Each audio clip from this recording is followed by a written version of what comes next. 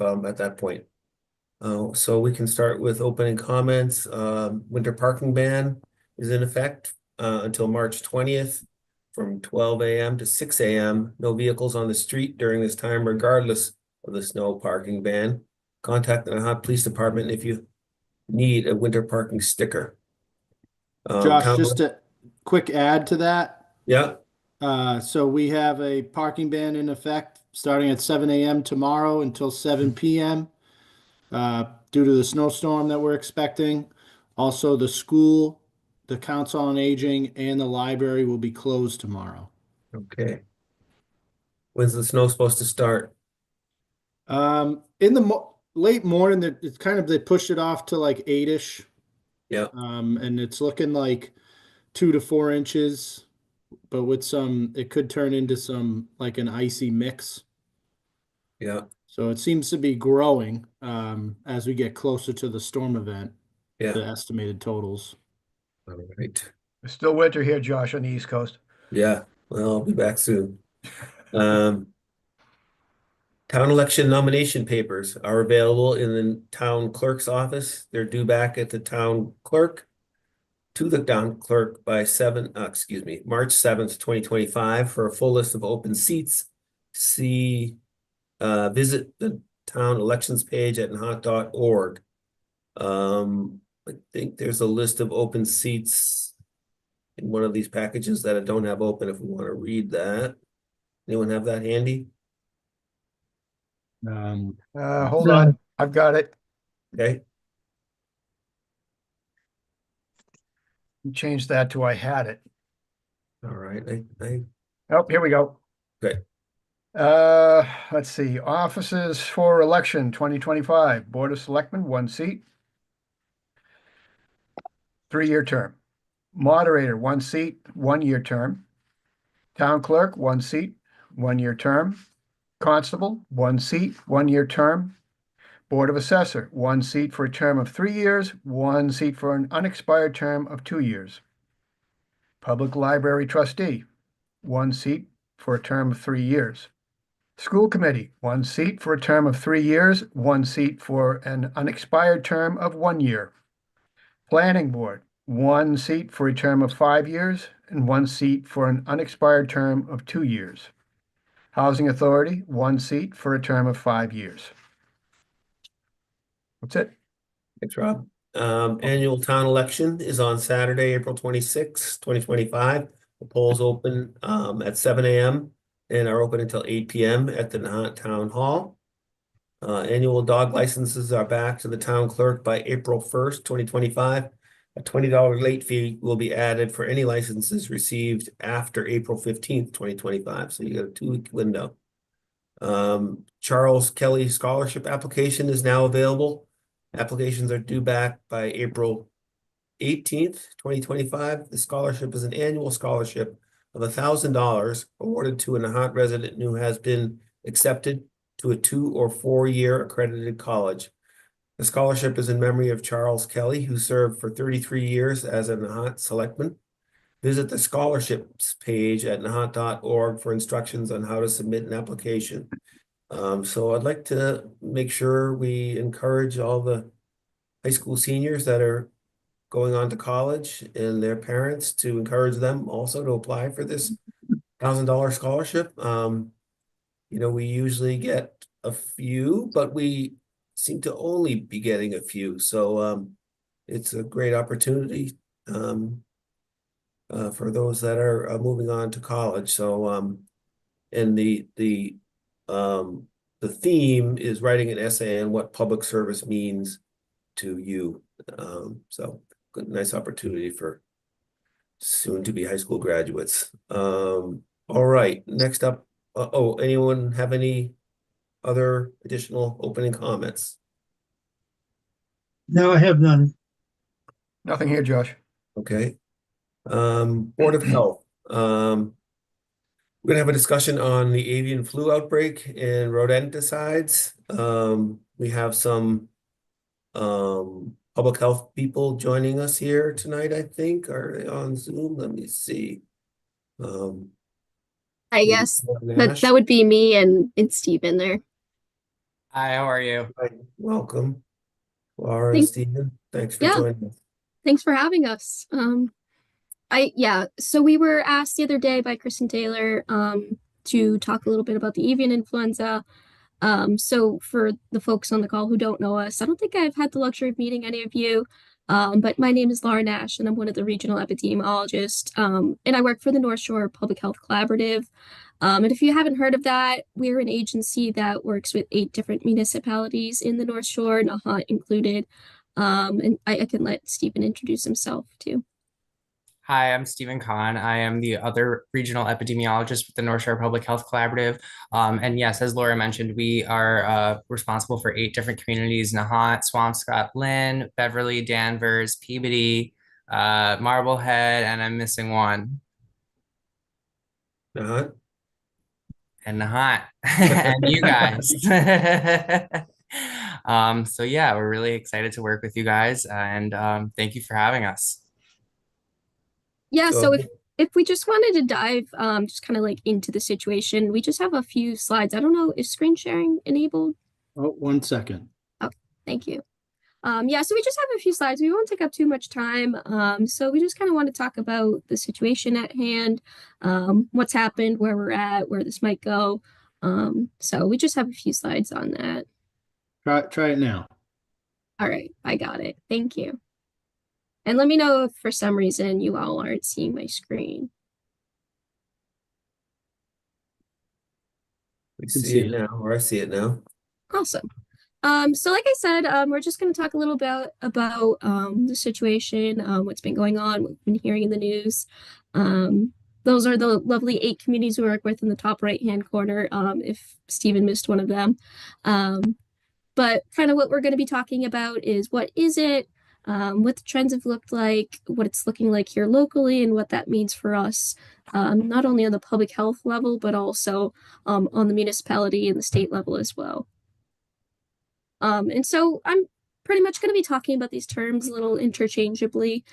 So the highly pathogenic avian influenza, bird flu, avian influenza, H5N1, these are all the same thing. There's a lot of conflicting headlines in the news and everything, but basically at the end of the day, they're all the same thing. And so what this is, it's the same thing as the flu. It's just a different strain. And so it's an influenza A virus, which predominantly affects birds, and so not really people.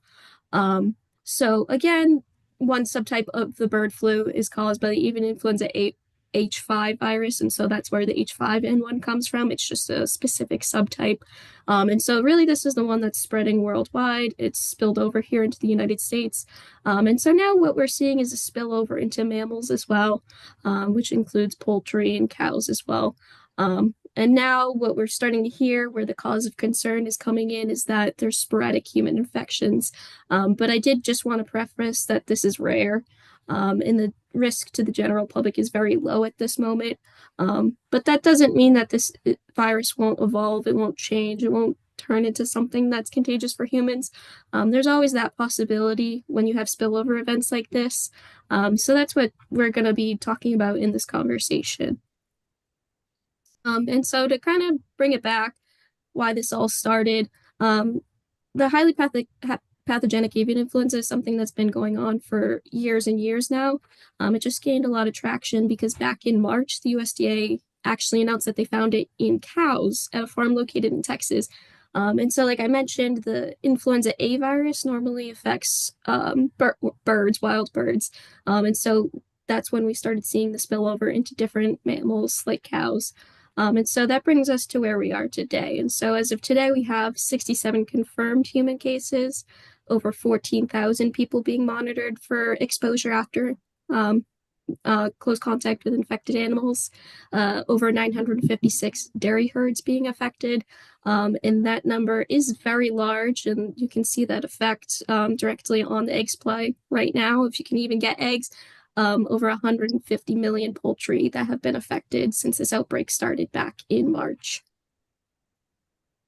And just talk about the 2 different routes that this has gone, both in animals and humans. And so in animals, it normally presents itself in the same way when animals get affected, typically low energy or appetite, discharge from the eyes and nose, coughing, sneezing, lack of coordination, diarrhea, reddened eyes, inflamed eyes, fever, difficulty breathing, and also neurological signs like seizures, incoordination, blindness. And now specifically for birds, a little bit different. You might notice purple discoloration or swelling in different body parts, normally in their legs, and also reduced egg production. And sometimes what that also might look like is that they produce soft-shelled or misshapen eggs. And that's particularly a note for folks who do have backyard flocks as well. And so again, because this is a rare thing in humans, this is just what we know from past cases that we've had in people. And so it really takes two different routes. It either manifests as a mild disease or a moderate to severe disease. And so for the folks that do have a mild disease, one of the biggest things that people report having is conjunctivitis, a mild fever, and then just very similar effects as to the typical flu, muscle aches, runny nose, sore throat, fatigue, and a headache. The cause for concern there does get that a lot of people do report having moderate to severe disease when they do test positive for the bird flu. And some common symptoms like that include high fever, shortness of breath or difficulty breathing, altered consciousness, and also seizures as well. And then kind of bringing this back into the loop of things, a timeline, and we're just going to be talking about the timeline from November to today. So back in November, the USDA confirmed the first case of bird flu in a pig in the United States. And the reason why that's so concerning is because pigs have both avian and human receptors. And so when they become infected with any sort of infectious disease, it's thought that they can mix the disease into something that's contagious for humans, and that can lead to human transmission. And with that being said, the few weeks after they discovered that, that's when we started seeing reports of people testing positive for H5 bird flu despite having no known contact with infected animals. But I did also want to preface that a majority of the individuals that tested positive since then have come in close contact with infected animals. And so really the population that's at risk now includes farm workers, mostly the ones that work with cows and poultry. And now I'm just gonna talk about situation more over on the West Coast, so not necessarily here, but it had a large effect on the food supply here. So back in December, raw milk was recalled because of contamination with the bird flu. In fact, they found multiple detections of bird flu in raw milk and raw milk products as well. And then also California declared a state of emergency. And that decision came after more and more dairy herds were testing positive specifically for the H5 strain. And Governor Newsom declared the state of emergency to really streamline and expedite funds to tackle the growing outbreak. And I'll pass it over to Stephen to talk about what the new year brought us for this situation. Thank you, Laura. So now we're going to get into the past month. So starting in January is when things really started to pick up speed. The first human death from bird flu was reported in Louisiana on January 7th. The person was older than 65, had underlying medical problems, and had been in contact with sick and dead birds in a backyard flock. Genetic analysis had suggested that the bird flu virus mutated inside the patient, which could have led to more severe illness. If a person's infected with both bird flu and a seasonal flu strain at the same time, there is the potential for something called antigenic shift, which is a genetic reassortment that could create a new, more transmissible flu strain with potential for a pandemic. The good news is we still have not seen sustained human-to-human transmission, and as my colleague Laura mentioned, the risk to humans is currently low. So this was the first of many reports starting in early January, but a bald eagle was euthanized in Michigan after testing positive for bird flu. As Laura mentioned, birds with avian influenza typically display symptoms like a tilted head, lack of coordination when walking or flying. And information from the CDC highlights that HPAI is fatal in more than 95% of poultry cases, such as chickens and turkeys. Next slide, please. So since the year has started, there's been an 85% increase in the cost of eggs at the grocery store. There's also been a report of animals dying in zoos due to exposure to wild birds. The animals included Chilean flamingos and seals. Seals are particularly interesting because they're warm-blooded aquatic mammals and not a species we typically think of when we think of bird flu, which shows the potential for the virus to cross species barriers in unexpected ways. So there's also been reports of cats dying due to contamination of bird flu in raw pet food, which has led to the recall of several different brands of raw pet food, including Monarch raw pet food and Northwest Naturals feline turkey raw frozen pet food. Vets are now warning pet cats to stay indoors, and state and federal experts are encouraging people and their pets to avoid consuming raw or undercooked meats, as well as unpasteurized dairy products. The CDC has also issued a health alert network advisory to clinicians and labs due to sporadic human infections with avian influenza. So in response, the CDC is making a few key recommendations, including a shortened timeline for subtyping flu samples. Normally, when doctors collect samples from patients suspected of having the flu, these samples are tested to figure out which exact strain of flu it is. The CDC is asking this testing be done more quickly, especially for hospitalized patients to catch any strains like H5N1. Influenza viruses change every year. Seasonal flu is one of the most people are familiar with, but there's other strains that don't show up in regular flu seasons like H5. So the CDC is encouraging healthcare professionals to pay special attention to non-seasonal flu strains. Next slide, please. So getting into mid to late January, we start to get more local to the Commonwealth. UMass Amherst reported 2 dead geese that tested positive for avian influenza. And also Billington Sea and Plymouth on the South Shore, there were over 60 geese, swans, and ducks reported to have died from bird flu as well. On the 20th, President Trump signed an executive order effective until February 1st, 2025, requiring all documents, communications, including regulations, guidances, notices, social media posts, websites, and press releases be reviewed by and approved by a presidential appointee before being issued. It's unclear how this executive order will affect CDC communications regarding avian influenza. However, as of today, there have been no morbidity or mortality weekly reports, also known as MMWRs, released by the CDC, and the most recent one was released on the 16th of January. Next slide, please. So approaching the end of January, there have been widespread detections in agriculture. The avian flu has been detected in poultry farms across 8 different states, leading to significant impacts on the agriculture industry, particularly in the Midwest and on the East Coast. There have been mass cullings, which is euthanasia of these birds in response to these outbreaks. And this has been carried out in the following states: California, 157,000 ducks were culled in Madera and Merced counties. Ohio culled 1.4 million birds, including turkeys and layer hens. In Delaware, 146 broilers were affected. Broilers are another name for chickens raised for meat. New York had to cull 100,000 ducks in Long Island due to an outbreak. Several other states, such as Missouri, North Carolina, Indiana, and Pennsylvania, are also reporting losses in poultry populations. Also, backyard flocks, avian flu has been detected in them in smaller non-commercial settings in Indiana, Idaho, Pennsylvania, and Maryland. So the geographic spread is pretty erratic. Next slide, please. So Mass Wildlife issued a press release on January 30th concerning suspected avian flu deaths in both wild and domestic birds across multiple cities in Massachusetts. The announcement highlighted the widespread nature of the virus, signaling that it's affecting both wildlife and farm poultry. Officials strongly urged public to avoid handling sick or dead birds, both wild and domestic, to prevent potential exposure to the virus. It's essential for everyone to exercise caution and follow the guidelines to reduce the risk of spreading the disease. Mass Wildlife also provided resources for reporting. For wild birds, the public is encouraged to report clusters of 5 or more dead birds through the online portal, which helps track and spread monitor avian flu. The link for reporting wild birds is listed here. We can also drop these links in the chat or share these slides after the meeting, so all of you have access to these links. For domestic birds, such as those in poultry farms or backyard flocks, there's a separate form, which can be accessed at the following link. Next slide, please.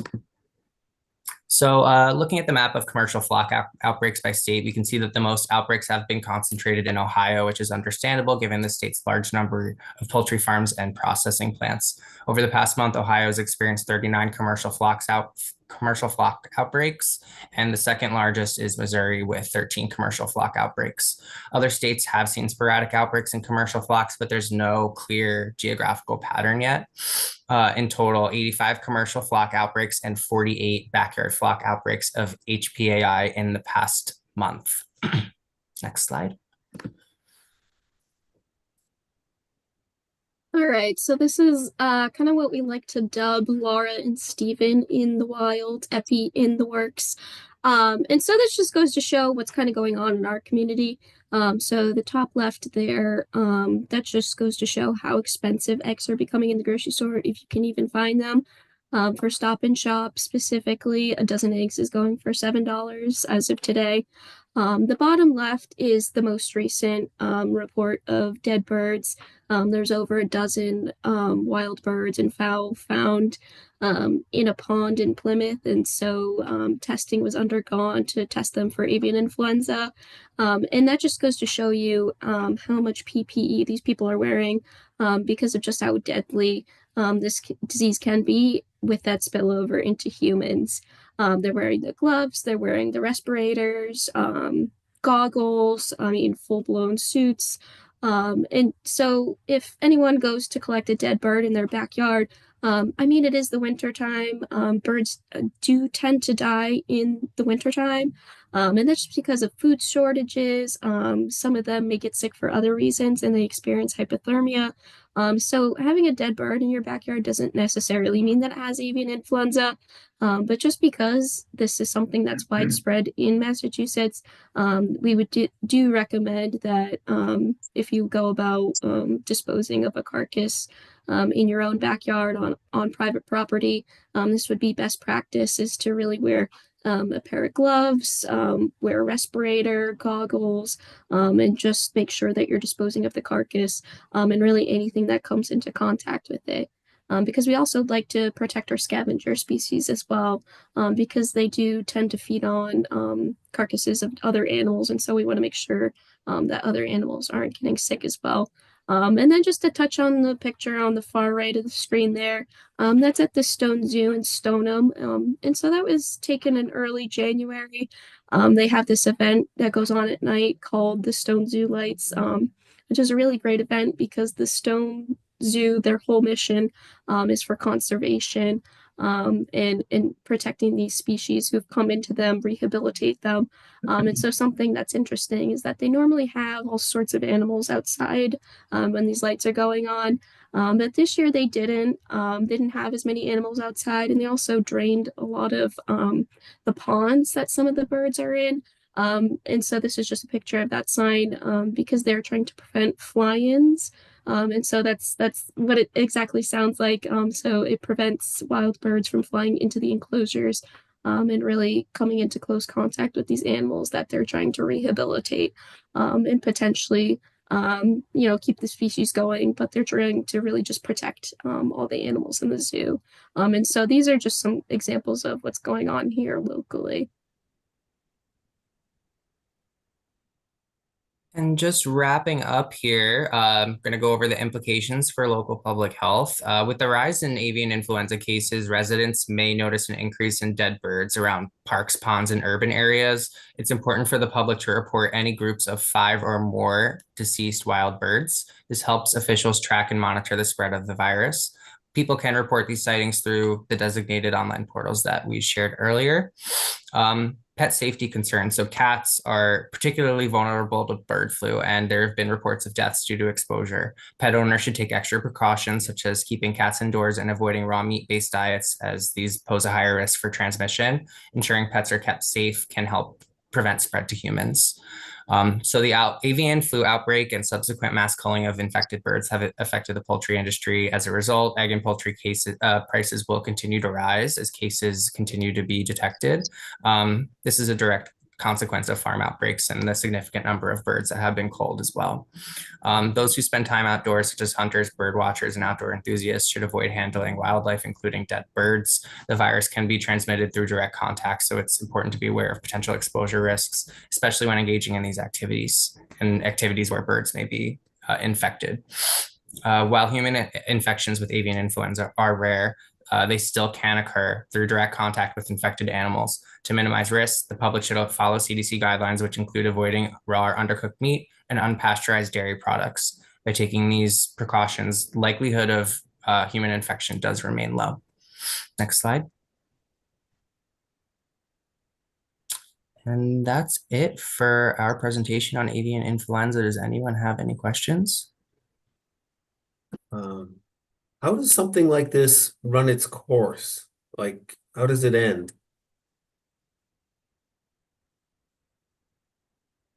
I would say it will end once it's contained, and by that I mean the reason why there's these huge culling events is because when one animal is exposed, it can pass it on to others, and so that's the reason why at these large commercial farms that all this culling is going on. That's why, for example, at the Stone Zoo, that they're draining the water within the exhibits to prevent fly-ins. It's all these precautionary measures that we're doing that will eventually have some downstream effects to hopefully prevent the spread of this, especially if you do find yourself in possession of a dead bird in your backyard or any sort of private property, just to really make sure that you're going the extra step to dispose of that carcass in the proper way and making sure it's not coming into contact with really anything, any part of your skin, any open wounds, anything like that. And then the transmission is through consumption, obviously, since you mentioned unpasteurized milk or raw undercooked meats. Is it also in air? That's relatively the question right now is largely unknown. We do know that for at least the folks that have tested positive that do work in dairy farms, in poultry farms as well, having prolonged contact with animals. Now that comes into the question of how they're getting sick. We do know that they do handle them when they're going through the process of cleaning the animal. So direct skin to skin contact, they're breathing in aerosolized things, products coming from these animals. So it's a little ambiguous on what the transmission is, just again, because it is something that humans don't typically get. Maybe I missed the answer you're going to give, but what's the outlook on passing that from one human being to another? Luckily, right as of right now, there is no human-to-human transmission. So if you do get sick, it's a very small chance of you passing it to someone else right now. Thank you. Laura and Stephen, a quick question. As professionals, if you were given a sample, a dead duck or a dead goose or something, what steps would you take in order to confirm absolutely that the death of that bird was avian flu? So that's unfortunately the hard part is that we would love to test every single dead bird that we do come into contact with. The state who are collecting the samples now, the people in that photo that we shared, they are so overwhelmed and inundated with samples that they have now that the whole system is really backed up and we don't have the capacity to test all the animals that do come in. We had a briefing yesterday with Dr. Catherine Brown, who's the state epidemiologist. And so she's kind of reiterating the same things to us, that we can't assume that every dead bird that we do find has avian influenza. Just operate off the assumption now that we're going to take every precautionary measure that we can, if in the chance that they do have avian influenza, that was the reason why they died. Well, thank you for that. My question is more towards just from a scientific standpoint. What has to occur? What tests I mean, can you look at something, look at a dead duck, and are there characteristics that would conclude beyond a reasonable doubt that it was avian influenza, or is a necropsy required? Necropsy, and well, yes, a report is required at this time. Okay, thank you.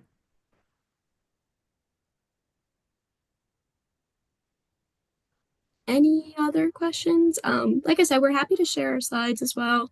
We can drop those links in the chat as well, for both MDAR reporting and what was the other link, Stephen, other than MDAR? I believe they were both MDAR. One was for backyard flocks, one was for wild birds.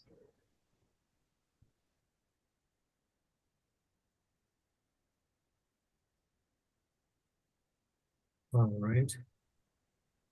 Thank you both very much for that overview. Very thorough. Appreciate it. We were going to talk about rodenticides. Were Stephen and Laura going to help us with this, or is that something you were going to cover, Tony, or just a general discussion? Sorry, I've been a little out of the loop here. Laura, if you can, I don't know if you guys are prepared to talk about that too tonight. We kind of hitched them together because we've had some deceased birds found in town recently, and we at the same time this time last year we kind of had a similar discussion, because naturally, the assumption is that the deceased birds are caused by the use of rodenticides. We've talked about, generally in the past, we've talked about the importance of controlling rodent populations and the options that the town can consider to do that. We push a lot of educational material out about alternative options for residents on their own property. We prioritize the elimination of food sources and unwanted entry points in properties and things of that as a first step. And then, other types of tools that you can use to control rodent populations. From my understanding in the past, as we've talked about it, is there are new technologies out there like smart traps, but that they haven't proven to be as effective as rodenticides. They also come with a lot of maintenance, a lot of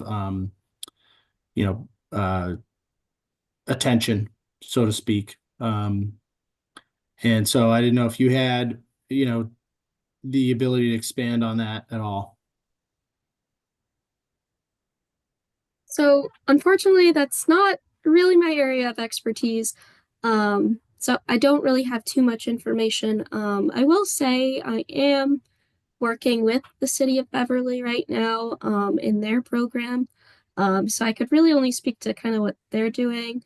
A lot of what the city of Beverly is doing is they're doing a lot of educational campaigning, especially with their website, putting a lot of public facing information about keeping trash barrels covered, general upkeeping of houses and trimmings. They're also doing a pilot birth control program, which we're looking into to determine whether or not that's something that's sustainable in the long term.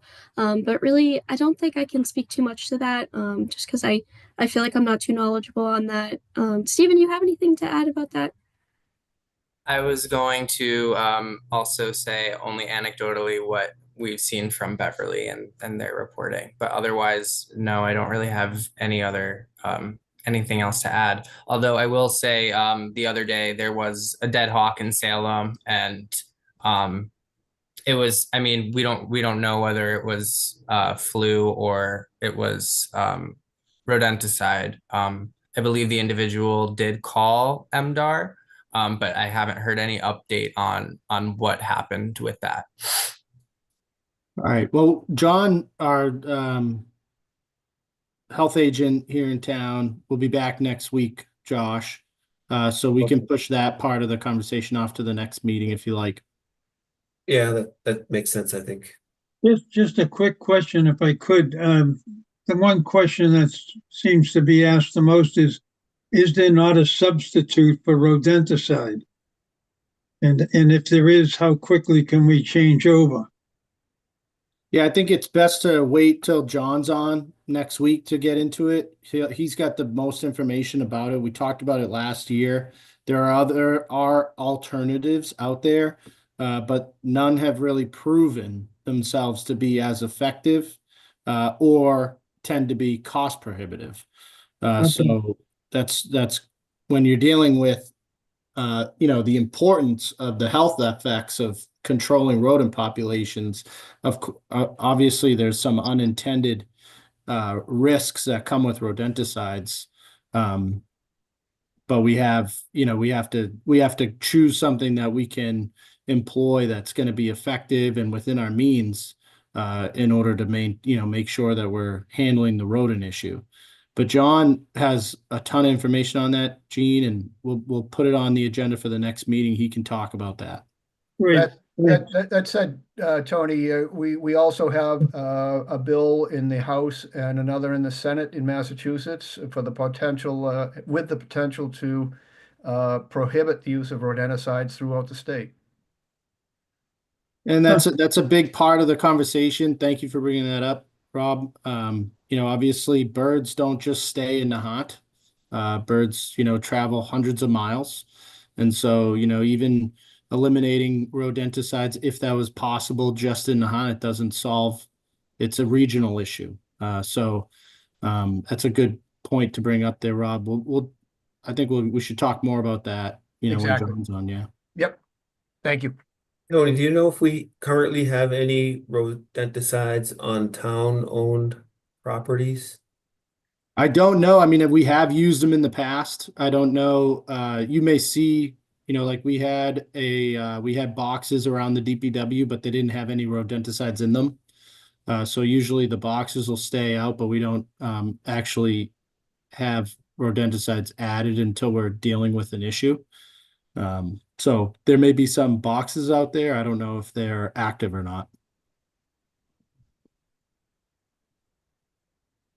Most of the time when we have a rodent issue, John will go out and investigate the area, and he will walk the neighborhood. He'll communicate with the residents. He'll identify food sources or areas of harbor, and he'll try to find ways to solve the issue that way first. He does a very thorough job with that, and puts together a report and follow-up action items and things of that nature. Yeah, so we can continue the conversation in the next meeting once John's back. So with that, maybe we should move on to the next item on the agenda, which is new business. Oh, sorry, before we do that, Ms. Nash and Mr. Khan, thank you so much for joining us. Appreciate Thank you. all the information. Yeah, thank you so much for having us. I hope we get to see you again soon. Yeah. Yeah, thank thank both. you. Take care. Okay, so new business. We have an Arbor Day proclamation, which Tony has volunteered to read. Yep. Okay, Tree City, USA, official proclamation. Whereas in 1872, the Nebraska Board of Agriculture established a special day to be set aside for the planting of trees, and whereas this holiday, called Arbor Day, was first observed with the planting of more than 1 million trees in Nebraska, and whereas Arbor Day is now observed throughout the nation and the world, and whereas trees can be a solution to combating climate change by reducing the erosion of our precious topsoil by wind and water, cutting heating and cooling costs, moderating the temperature, cleaning the air, producing life-giving oxygen, and providing habitat for wildlife. And whereas trees are a renewable resource giving us paper, wood for our homes, fuel for our fires, and countless other wood products. And whereas trees in our city increase property values, enhance the economic vitality of business areas, and beautify our community. And whereas trees, wherever they are planted, are a source of joy and spiritual renewal. Now, therefore, I, Antonio Barletta, Town Administrator of the Town of Nahant, do hereby proclaim Friday, January 25th, 2025 as Arbor Day in the Town of Nahant. And I urge all citizens to celebrate Arbor Day and to support efforts to protect our trees and woodlands. And further, I urge all citizens to plant trees to gladden the heart and promote the well-being of this and future generations. Dated the 5th day of February, 2025.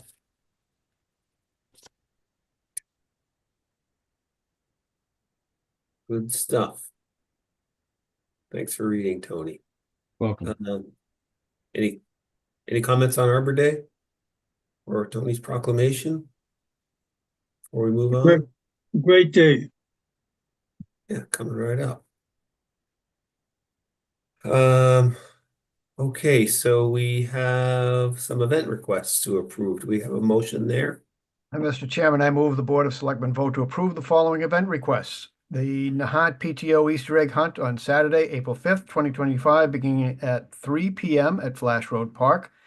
The Swim Spring Beach Cleanup Day on Sunday, May 4th, 2025, beginning at 11 a.m. at Lowlands Park.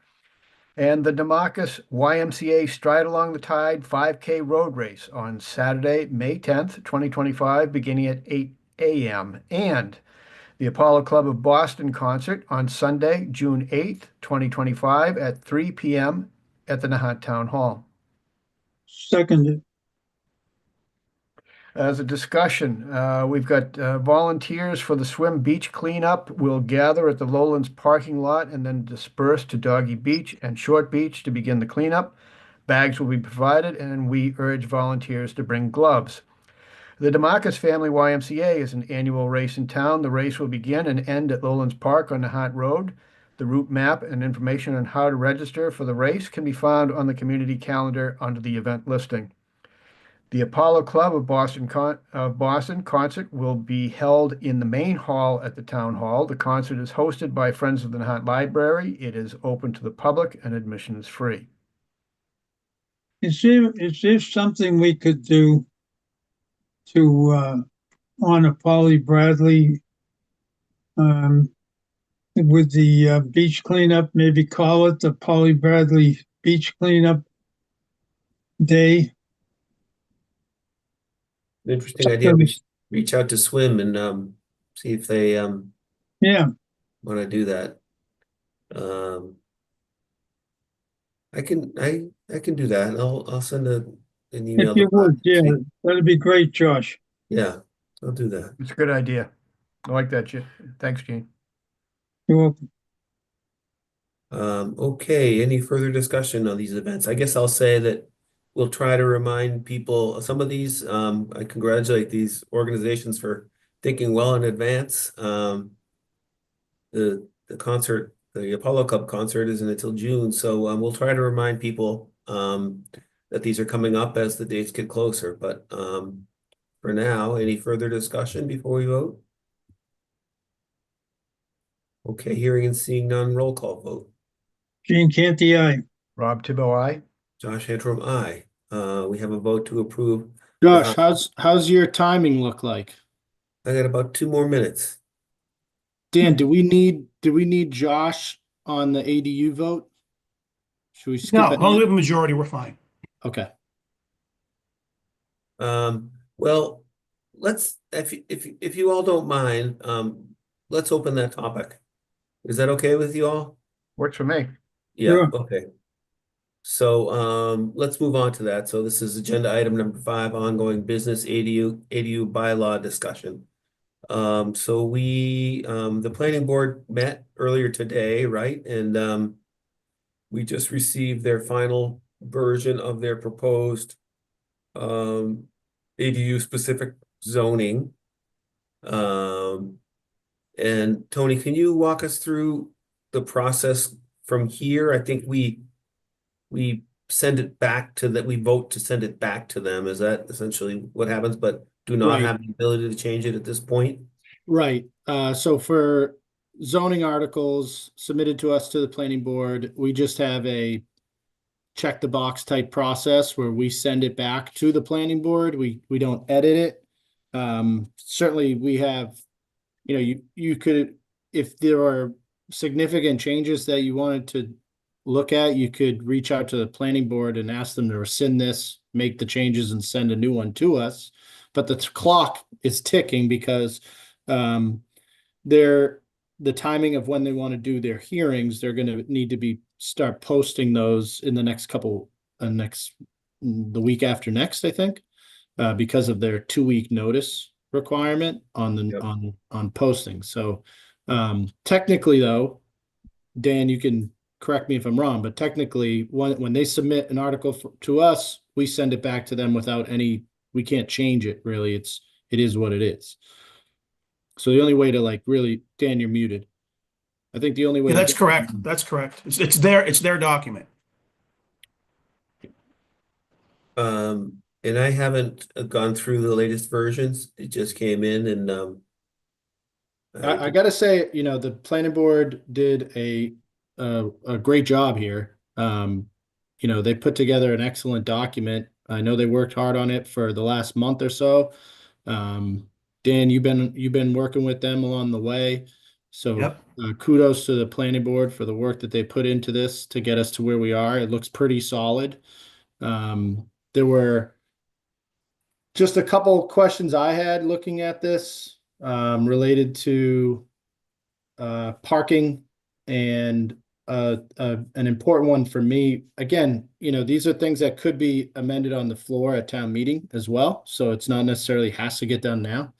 But another big one for me was that utility connections to the ADU are fed through the primary structure versus a separate account or connection to the water main And or. just for clarification, Tony, you're talking about town utilities specifically? In other words, if their electric box was on their ADU, you're not concerned about that, right? No, I'm concerned about water and sewer connection, really. The cost impact of opening up the street and adding another service line to a water main or a sewer main is pretty expensive and really kind of outweighs the revenue that comes in from these ADUs, so it's a financial concern. Also, it adds another account for the town to administratively manage. So by going through the main structure, it solves some of those issues where water and sewer would just be piped from the main structure. It also kind of helps with the issue of subdividing into condos, but there's actually regs included in this draft bylaw that prohibits that anyway, so it's not that much of a concern. Yeah, and as we know, digging up the street, when those patches are done, they're not perfect, and that inconveniences everyone that uses that street until the whole street gets paved. So I know, as we all know, residents are sensitive about that. So I definitely support your opinion on that, Tony. I likewise, the parking, I think, is a big quality of life concern. So I'd like to see something included in that. So once we have a chance to digest this, maybe we can make a suggestion for a friendly amendment to the planning board, and we'll see what happens. I see Sheila, the chair of the planning board's on. I don't know if Sheila, you want to speak to those two things, or I'm sure you guys talked about it. I'm sure it's something that you guys went through. Yes, but today on the fly, trying to make sure that we were looking and thought we had everything complete. We may have missed that point. Trying just, back and forth for the past 6 weeks, it seems like, meeting that we wouldn't mind taking that as amendment, but we are currently not meeting until February the 18th, unless I call an emergency meeting for next Tuesday. So it's really, I think, up to the board how they would like to see us move forward with that. We should tread lightly, because remember, in the new regulations, parking is taboo. You've got to be very careful what we demand of these new ADUs, because it's part of the prohibited regulations section 7.71.03. So it shouldn't hold us up tonight. We should just get this ball moving, and we can just, if we want to make the ADUs add one additional off-street park or on-street parking space, then we can probably add that in there, but we shouldn't let that stymie us tonight. Well, the water and sewer, I think, is important. And well, the building. The regulations speak to that too. Well, the draft regulations speak to that. And what it says is no bylaw can create any requirement that's more restrictive than the state requirements, nor can a bylaw require separate utility connections. So if we can sort of sculpt something around that, okay, so we're not going to sculpt separate utilities, because it has to go through the principal single family. Okay. Yeah, I don't want to hold it up Yeah, no. Thanks for bringing that point. And Sheila, please relay to the board that Yeah. we're appreciative of all the work you guys have done and all the time you spent on it, and it looks really good. Yeah, thank you. Yeah, thanks, Sheila. I Really, know you guys. Shannon, myself, and Dan, really, we really did it. And all the members of the committee really had a lot of hands-on discussions. Yeah, So thank you. thank you, And Sheila. And Dan worked with them on double checking, it's cross-referencing it with the new regs that came out from the state. That seems to be that box seems to be checked. So the next step would be for the board to vote to send this to the planning board so they can initiate their process. And then we'll send this to either the planning board or I or Dan. We can send this to the AG's office to get their review. And The then email's ready to go. All you guys just vote and I hit send. It's off to the AG's office. Already Perfect. drafty. Okay. Perfect. And then any other questions or comments we can deal with during the hearing process. And if we really desire to or feel the need to amend it, we can include that as a possible action at town meeting. Okay, I move that the Nahant Board of Selectmen return the ADU bylaw regulations as composed by the planning board to the planning board. Second, Discussion. Dan, how was my motion? Okay? Should we be voting to accept Oh, guess as that would be, the article is submitted and then offer to No. send it back? No? Okay. No, you just send it off to the planning board. That's all All we right. need to do. Okay. so in light of that, my motion was acceptable, Dan? Yeah. Okay. Okay, any discussion? Hearing and seeing none, roll call vote. Gene Canty, aye. Rob Tibble, aye. Josh Antrim, aye. Thanks again, Sheila, to you and the Thank planning you. board. Thanks, Sheila. And Yeah. Thank you very much. with Okay. that, unfortunately, I have to dismiss myself. Sorry to be leaving early. But take it away. Enjoy. Thank you. Thanks, Josh. All right, so Rob or Gene, I think we did the event request. Now we're on to the police detail for annual town election. Thank you, Tony. I move the Board of Selectmen vote to approve a Nahant police officer detail for the annual town election on Saturday, April 26, 2025, from 6:45 a.m. and until the final votes have been counted and tallied at the Nahant Town Hall, 334 Nahant Road, Nahant, Massachusetts, 01908. Second, As discussion per section 72 of the chapter 92 of the Acts of 2022, the Select Board of Selectmen, Town Council, or City Council of each city or town in consultation with its election of officers and registrars shall vote to approve a sufficient number of police officers at the polling location at every election therein to preserve order and to protect the election of officers and supervisors from any interference with the duties and to aid in enforcing the laws relating to elections.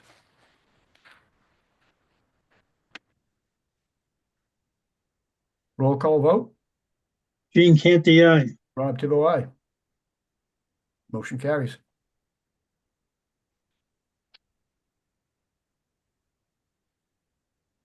Rob, you want to keep it going? I'd be happy to, Gene. Thank you. The next item is a vote on the maximum useful life of Nahant Fire Department equipment. I move the Board of Selectmen vote that the maximum useful life of the departmental equipment, the 2024 Sutphen fire truck, to be financed with the proceeds of the $500,000 borrowing authorized by the vote of the town passed May 21st, 2022, known as Article 20, is hereby determined pursuant to General Laws, Chapter 44, subsection 7(1), to be 15 years for the Nahant Fire Department fire truck. Do I have a second? Second. background on this, the bond council had originally established the useful life of the fire truck that we purchased with approval from town meeting a couple years ago. They had the useful life at 5 years. So that affects when you have to pay how much principal you have to pay and what that schedule looks like. We have the ability to extend the useful life of up to 20 years. The last time we went through this issue, 15 years is what we put the life at. We double checked with Austin, our fire chief. He agreed with that. So basically what this does is it avoids the town having to pay down $120,000 in principal in FY 26. We're able to pay that down over time with this vote. Very good. Roll call vote. Rob, you're on a roll. I'm sorry? I say you're on a roll. No, I'm roll call vote. Gene Canty, aye. Rob Tibble, aye.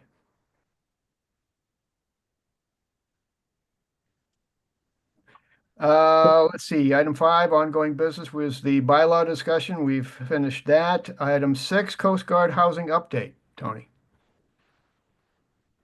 Okay, so the next round of sale is live. The RFP is live. We have bids scheduled for later this month. I'm trying to pull up the calendar here. I look on my phone.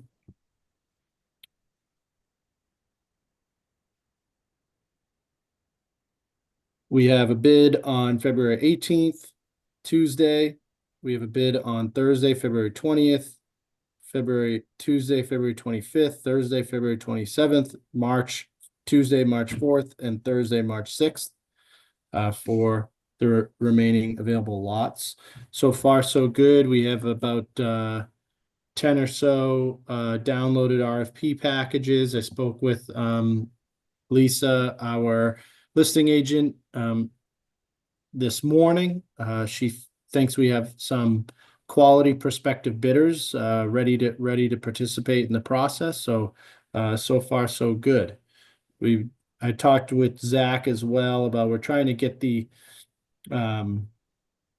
for sale signs installed at the properties. We've had, with the storms that we've had every 3 days or so, it's really kind of taken a toll on the schedule of the DPW. So we haven't been able to get up there, but I know he was hoping to get there today before tomorrow's storm. And then if not, shortly thereafter. Hey, Tony, there's a sign up there that's bent over and crooked. I was up there yesterday and I tried to move it, but I think it's frozen in the ground. Yeah, that's part of the to-do list. We need a piece of equipment because the ground's so frozen. Yeah, it just looks Yeah, I agree. out of place. No, I agree. So that brings us to the town administrator's report. Okay, thank you. The first item here is the CPC grant application. So the town this year, we submitted just one application to the CPC. It's for the Pleasant Street Playground. We're asking for $50,000. We've worked with the recreation group, our recreation committee, who really manages. Let me pull this in front of me here. They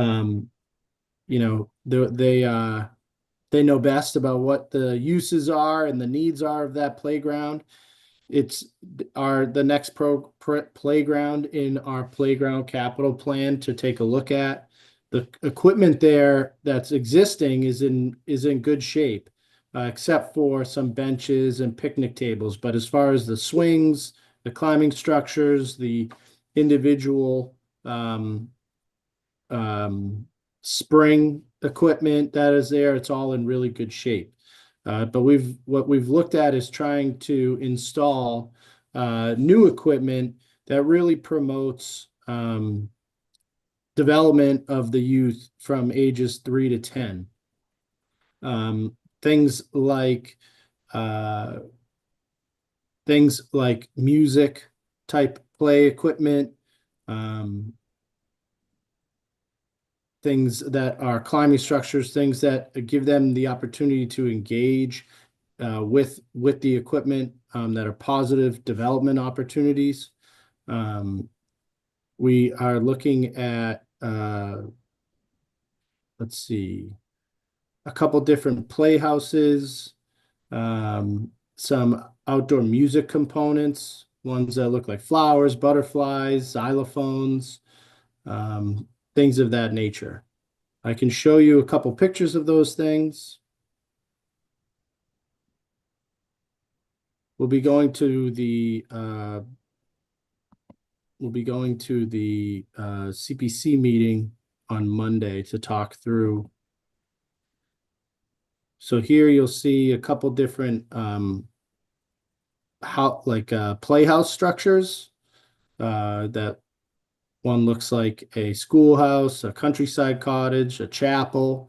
The idea here is you could pave a trike path and paint it like a roadway, so kids have like the ability to ride a tricycle or a small bike, and ride the road, park, and engage and pretend like they're at school, or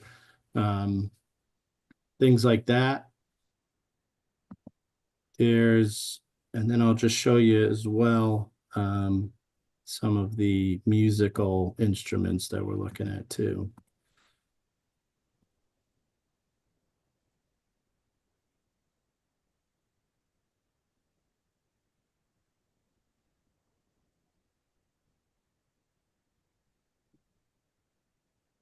So you see these flowers, xylophone, these types of equipment that allow kids to play music and things of that nature.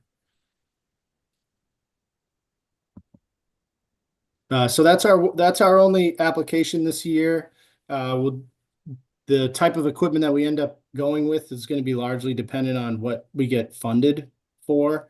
That a lot of that equipment exceeds, believe it or not, it exceeds $50,000 if you wanted to get everything. Playground equipment is really expensive. So depending on what we get, if we get anything approved, we'll live within the budget that we get approved for and pick some new equipment to add to that playground. Tony, if I could just comment quickly. I'm sorry, Gene, go ahead. Tony, just this CPC just triggered my memory here on a phone call I received a couple of weeks ago, and I think we all received it from the library. And the need for electrical services, is that something that we asked for and were denied, or we didn't submit? The library submitted, there's a number, I just am only speaking about applications that came from the town, from the town hall, that is. The library did submit a CPC application. I know also our open space committee submitted an application. There's a few applications that have been submitted to the CPC. Okay, what's the difference in that and the playground in terms of who submits it, town or? Well, typically like the library has a building committee, and I think they really, they were taking the lead on submitting the application to the CPC. They've been doing a lot of the homework on working with the engineer to figure out what their needs were. So it makes sense that would be sourced from them. On the playground equipment, that's something that we've been working with the recreation committee, who manages like the park league. So we've looked at, over the last couple of years, we've looked at all the playgrounds. The last major upgrade we did was Little Nahant. Pleasant Streets is really the next one that needs attention, hasn't had many upgrades in a long time. And then Flash Road Playground is the next one, but we also last year got approved funding for a Flash Road recreational master plan. So we're going through that process with the Open Space Committee and a number of different folks, which will help identify any sort of requests in the future for Flash Road. So we're kind of going through a progression with the Recreation Committee, playground by playground. Great, excellent, thank you. You're welcome. Tony, I just wanted to comment on the CPC in general, in that obviously the expense of this particular project at the playground, and now we've obviously talked a little bit about the library. Given the very lean financial situation that we typically have on a yearly basis, I can't even imagine having this discussion for at least for a playground, the kind of expense that we'd be looking at here. So I just want to mention that the CPC program is a tremendous opportunity and benefit to the town of Nahant. For sure. Definitely. And thankfully to the town of Nahant, they adopted the Community Preservation Act. They were part of one of the first communities to adopt it. And so we get the healthiest of match opportunity from the state because we adopted it so long ago. So towns that adopt CPC, like now, or even in the last couple of years, they don't get as healthy of a match from the state as we do. So for the community to have the foresight to get into it right away, especially for our town, for the amount of projects that we are funding through that and getting match dollars from the state for, those are projects that we typically wouldn't be able to fund on our own. And they work hard at it. Definitely. So they have a meeting on Monday night. We'll be there, speaking on behalf of this application. Gene, you'll recall over the last 5-6 years, we've been submitting, somewhere between 5 and 10 applications a year. Yeah. And we've gotten a ton of work done, but we still have a decent amount of approved projects that we haven't made progress on. So this year, especially anticipating that their match amount was going to decrease, we got that from the state. We were warned about that early on. The town or myself and through the selectmen decided to just limit it to, really what we wanted to try to push for, keep it to one application this year, and then, use the upcoming year to make progress on previously approved grants that are still outstanding. That's a good plan. Okay, so pump station update. We did a little site visit. Rob and Dan joined Zach and I and the engineers. We went and took a look at the new pump station. Since that date, the pump station is now online. So we're no longer using the bypass pumps. We're actually pumping through the building. There's still a decent amount of work to be done internally. We're running the pumps off of our old hardware, our old computer program that's in there. And in the next couple months, I think the new system will come in and it'll get installed, and they'll be doing punch list items, and the projected timeline for the substantial completion is in June. So I just wanted to let you know that we are off of bypass. We're back on to pumping our wastewater through the new pump station, through the new pumps. Excellent. And Dan and Rob, do you guys have any comments? You guys got to see the new building? Surprised how deep it is. It looks like almost a story and a half house. You walk in there, you look down, it goes down, what, 40, 50 feet at least? And the amount of people in there, when we pulled up, there's a line of pickup trucks, like a dozen. No one's outside. You walk in, every floor you see like 3 guys, doing the work. And you just keep going down. There's 5 more guys. There's another 3 guys. It was amazing. Great exercise on that stair climb. Twice. We went to the wet well and the dry well. Indeed. Well, I'm very, very impressed, especially when Tony shared the photos of the old pump house, the inside of the old pump house, and what we have now. It's just night and day. I think one of the engineers also mentioned that the project was a subject of discussion at a convention in Boston that they were having, I think, that very weekend. Yep. So I think from that perspective, that what we have is kind of special. Yep. Who's responsible for its operation? So we have Wesson and Sampson is our operation and maintenance contract. They manage not only that pump station, but also all our satellite stations around town. So they work closely with our DPW. Ah. So do they just DPW do regular spot checks as they do now? Correct.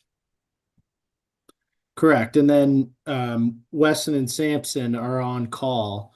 So if there's ever any type of emergency situation, Wesson and Sampson can come on call and they can handle those issues. They also do routine checks and provide us monthly updates on any type of like capital needs or issues with any of the pump stations. So they've been working, oh man, for the town years, long before I showed up. Great. Um, Short Beach Dune Grant. So yesterday, you should have seen the press, but we had a big press event yesterday with Congressman Moulton, Representatives Jim Cantwell from U.S. Senator Markey's office, Senator Crichton, Representative Sean Reed, Rob was there. Dawn Brantley and her staff from MEMA were there. And just a number of folks from the town. It was a really good event. This event, and Rob, I have so your talking points up here for those who weren't at the event, if you don't mind, me giving those Sure. comments. So this grant is $3.5 million. It's at a 73% match. The town of Nahant was devastated by major storms in March of 2018.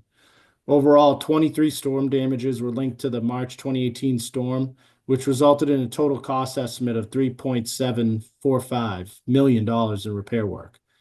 Nahant became an MVP, Municipal Vulnerability Community, in the spring of 2018, developed a plan to identify its most vulnerable coastal assets, and identified Short Beach as number one.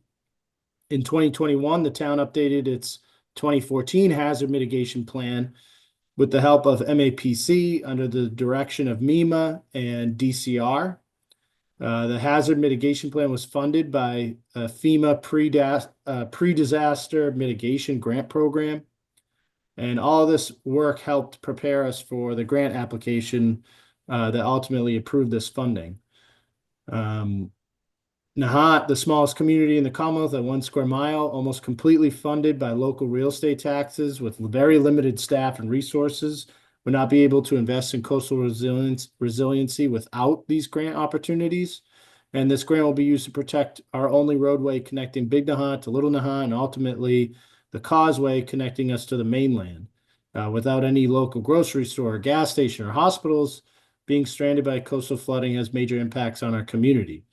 The project, when completed, will also make the property eligible for public assistance funding from FEMA when responding to damages caused by future public emergency storms. And it's the first step in ensuring that we can respond appropriately to emergencies and protect our residents from major coastal flooding in this area.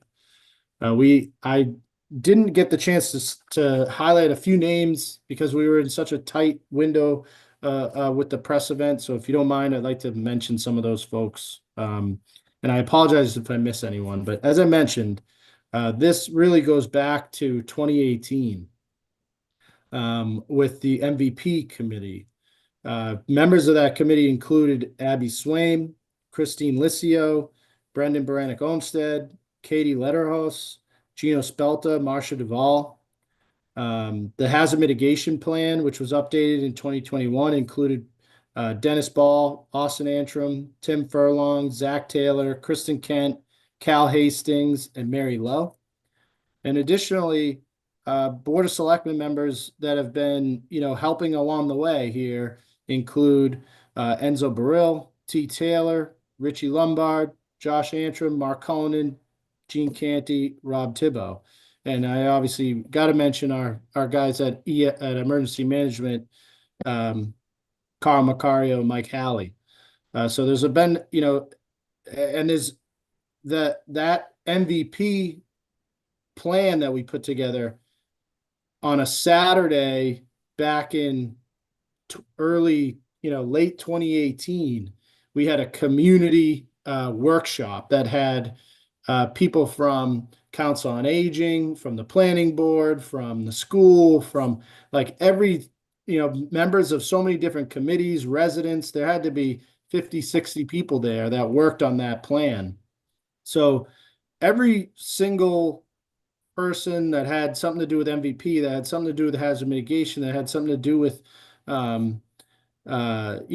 cleanup of the storms or helping us put together our CERT team, all those different people, our engineers, had an impact on this grant. Everybody played a certain role.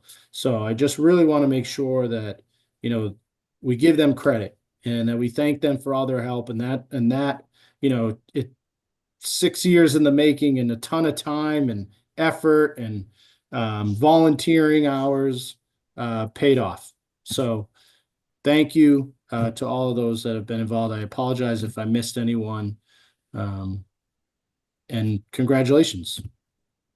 Tony, congratulations to all, and sorry I couldn't make the meeting the other day, but I couldn't.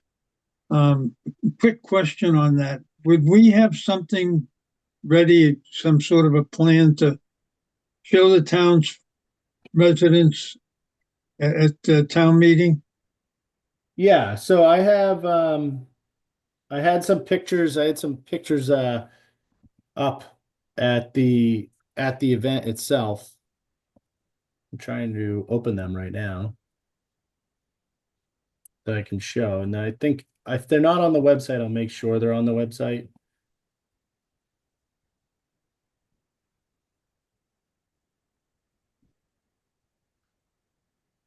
For some reason, let me share this. It may not be as large as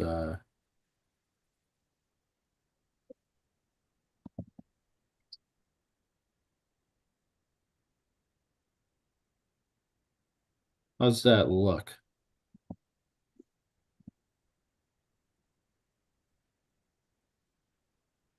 Are you guys seeing? Yeah, See the top half of it.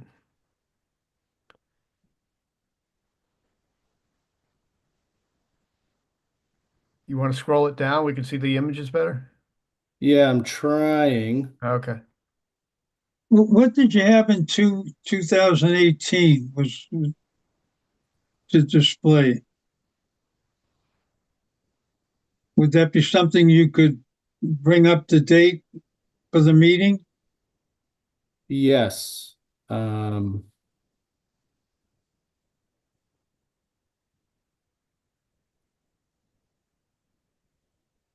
now I'm stuck. Hold on a second. I can't find it on my screen. I know you guys can see it, but I can't scroll because I can't see it on my screen. Hold on one second. Well, like Rob said, you can just see the top half.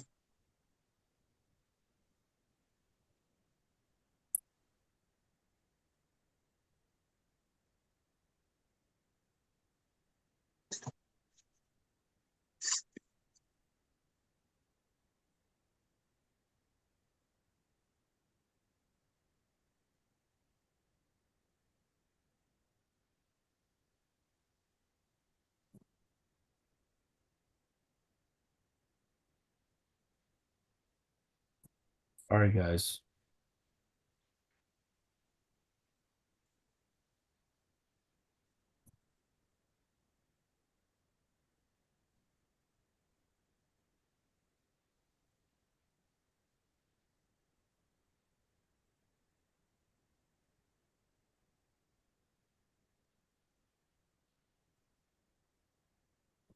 My screen is all messed up here. I can't find. That's all right. Bottom line is we'll have something that everybody will be happy to look at. get a better understanding of what it's going to look like. Is this something that you would have up on the town website, Tony, as far as the images of what it will look like or what it's, being we go. considered? Are you guys, am I scrolling now? You are now, yes. Yep. Okay. There you go. Let me zoom out a little bit. There you go. Okay, so what we have designed so far is from Little Nahant to the life saving station, this area. And this is also permitted through the Concom. What we still, now with this grant, what we'll be doing is designing and permitting the remaining portion and then going into construction. So this is a top view. You can see this checkered area here is the dune area that we're talking about. Now, is there an intention to have any kind of a solid sediment? No. No, the way that state regs work for this type of project, it's a natural solution. So really what essentially the idea of what we're doing here is we're taking the height of the dune up.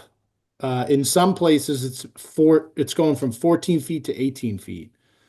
You can see here in this area, the height is 12 feet, 11 feet, 10 feet, 9 feet, 8 feet. And so those areas, it's going to fluctuate, but the idea is that the entire height of the dune is going to be at a point where it's higher than the highest storm surge that we would see, keeping the water from topping over. Is that from medium sea level? The height? It is based on FEMA zone velocity of 18 feet. The wave height? Yeah. That's So interesting. what you can see on this screen is basically the existing grade down to the beach. Yeah, And what you see here is where you're talking about adding, level to the dune like this. Or here. It's different in every section. and a crazy question, but we saw it up at Canoe Beach. What type of sand? Have they identified that yet? It has to match the existing material per the state regs. So you actually take sample of the material that's there and match it. Most of this work is not on the beach though. Like what happened at Salisbury? Salisbury's totally different. They just they truck in sand and dump it onto the beach that's in the velocity zone. What happened at Canoe Beach is different too. They didn't really have any soft material. They added soft material into the velocity zone that got washed away. What we're doing is we're adding material to the area on top of the dune and towards the street. So increasing the height of the dune and the width of the dune and planting it. And then right now, every one of those access paths kind of work as a cut through to the beach. Yeah. So the ocean, even if it's not high enough to go over the existing dune, it finds its way through those access points. So there's alternative means of safe access that you can have paths that cut through the dune, but they cut through at an angle opposite that of your storm surge so that the water doesn't come right through it. There's also over the top style access points that can be done with like mats, similar to what you see at the Little Nahant side now. Some mats are like boardwalks, some are little, ones for equipment, public safety equipment, so we can launch like the fire rescue boat onto the beach, are more of a plastic material that rolls out. And then there's even like elevated boardwalk type access, similar to like what you see in the bird sanctuary, where it ramps up and then over and down into the beach. You see a lot of that on the Cape beaches, the Yeah. up and over. Yep. And I think, for us, I think a lot of people would prefer to have ramp style access paths instead of stair style, right? So that'll be the next phase, is kind of designing those, and that'll be a public process and figuring out how we want to design those to make them, useful but also safe. What's the time frame?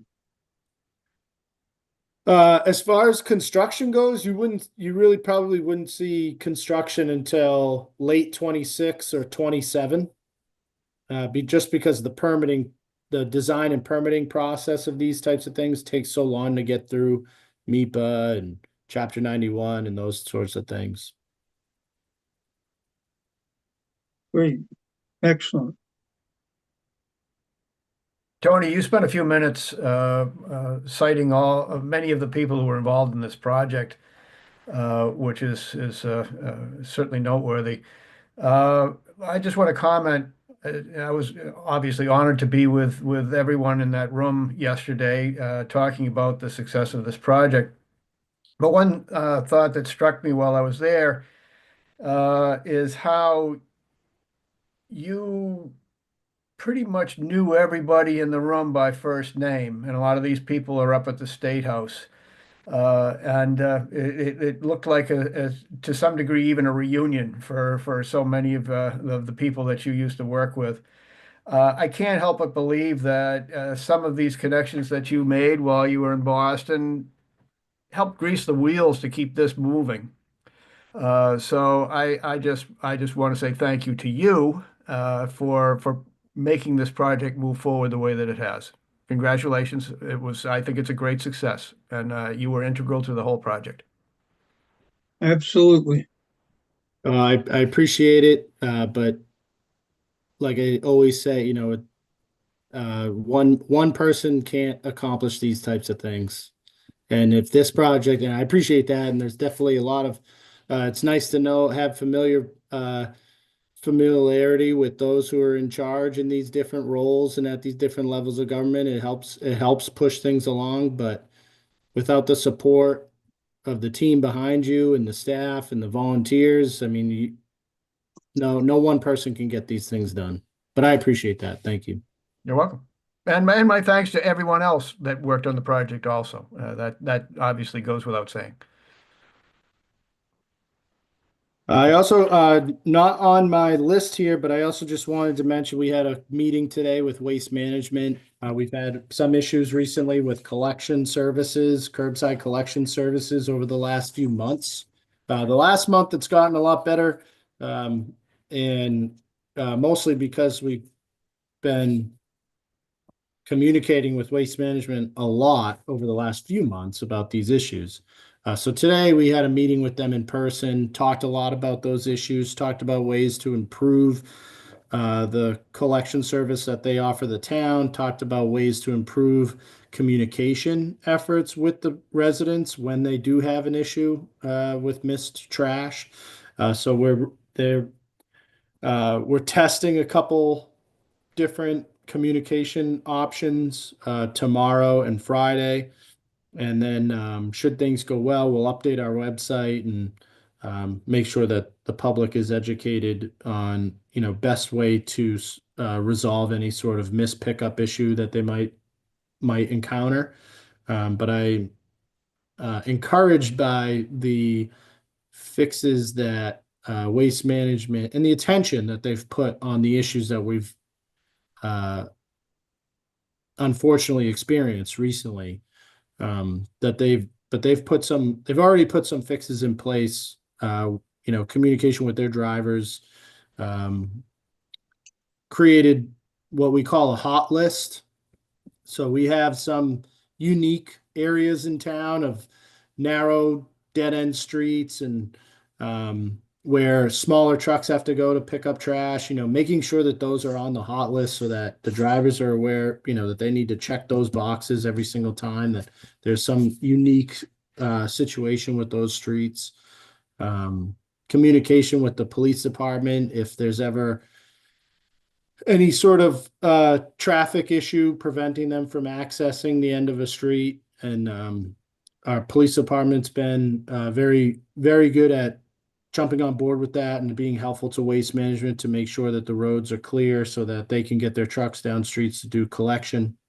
So we're already heading in the right direction. A little bit more work to do and a little bit of public education to do on it, but wanted to report that we had that positive conversation today. No, that's excellent. Tony, I just want to add a comment, an observation of mine when the work was being done on Fox Hill Road. There was more than one instance where the road was blocked to the point where they couldn't get a truck to all the trash containers. And on at least a couple of occasions, I saw the vehicle operator get out and walk to where the trash barrels were and drag them back to his truck, empty them, and then bring them back to the house again. So that what you just said just reassures me even more that this sounds like a pretty good company to do business with. Definitely. And then lastly, I just wanted to congratulate Superintendent Rob LeBeau and Principal Andrews and the school committee on their success in receiving a donation for a greenhouse. It was in the press as well recently. They received an $80,000 donation to purchase and install a greenhouse for students to learn how to plant and grow plants in there. So congratulations to them on that effort. I know that was an important one for them. Tony, just one other question, and yes, that congratulations are in order, and we thank them for everything that they do up at the school. But one thing I skipped over, do we still have conversations about the trash barrels? Like converting them to uniform trash Yeah. barrels? Yeah, I talked about that with them today. We don't have the funds to do that in this upcoming fiscal year, but we may have the funds to accomplish that in the following fiscal year, which actually times up well with when their contract expires. So I want to make sure that if we make the investment of about $80,000 in purchasing uniform barrels on the trash side for our residents, that it's going to result in some cost savings on the contract. So I asked them to do some homework on that and get back to me. Thank you.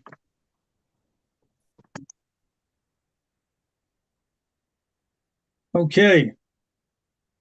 Moving along to Citizens Forum. Anybody out there, Tony? No, if anyone on the call wants to speak during Citizens Forum, just raise your hand or unmute yourself, state your name and address.